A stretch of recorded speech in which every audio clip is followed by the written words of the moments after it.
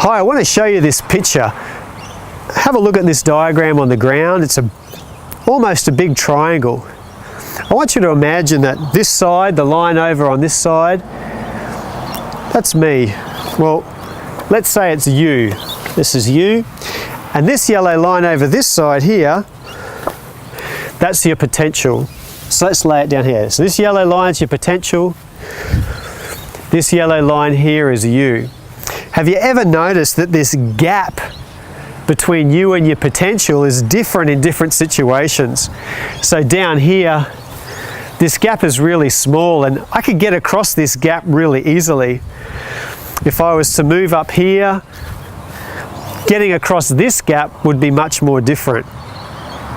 It might take me a couple of steps to get across here to reach my potential. What do we call this space in the middle?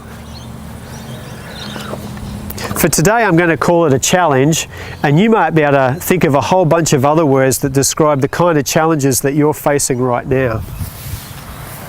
Have you noticed that when you want to reach your potential, there's always this challenge that you need to get past? I want to share with you a short story.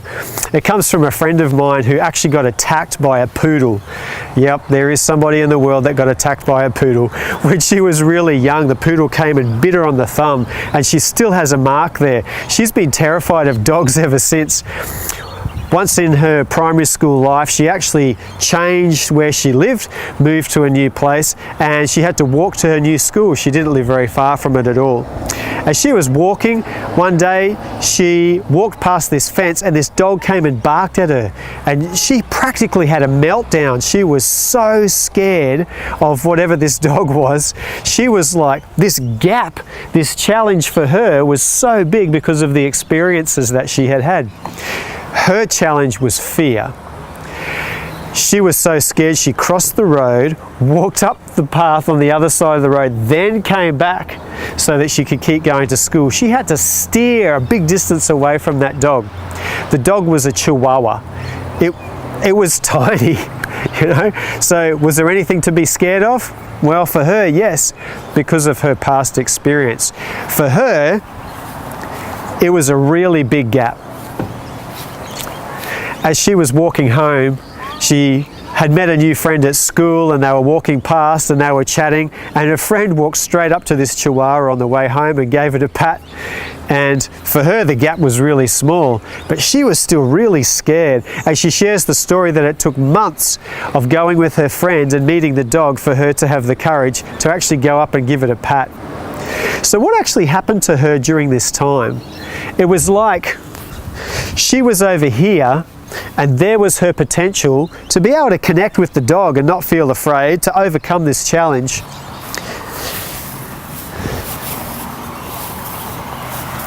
So over time, she started to move towards her potential. Can I ask you, what kind of things are you doing in your leadership? What kind of things are you doing on this hike, on this trek, to grow you towards your potential? What are you doing in your study, in your life, to grow yourself towards your potential? You need to face those challenges and move through them to actually be able to do this. Let me ask you, what's this space here called? That was where you were. This is where you are now. Let's call it growth. So after some time, after some experiences, she got used to patting dogs again. She actually grew. She grew into her potential. You're in the process of growing into your potential too. So I want to ask you and give you the opportunity now to have a group discussion. There's a card there for your facilitator to use. But what things are you doing to overcome your challenges and purposely grow yourself towards your potential? I'm Coach Chris from Lighthouse Leadership. Great to be sharing this model with you. God bless you, and we'll speak again soon.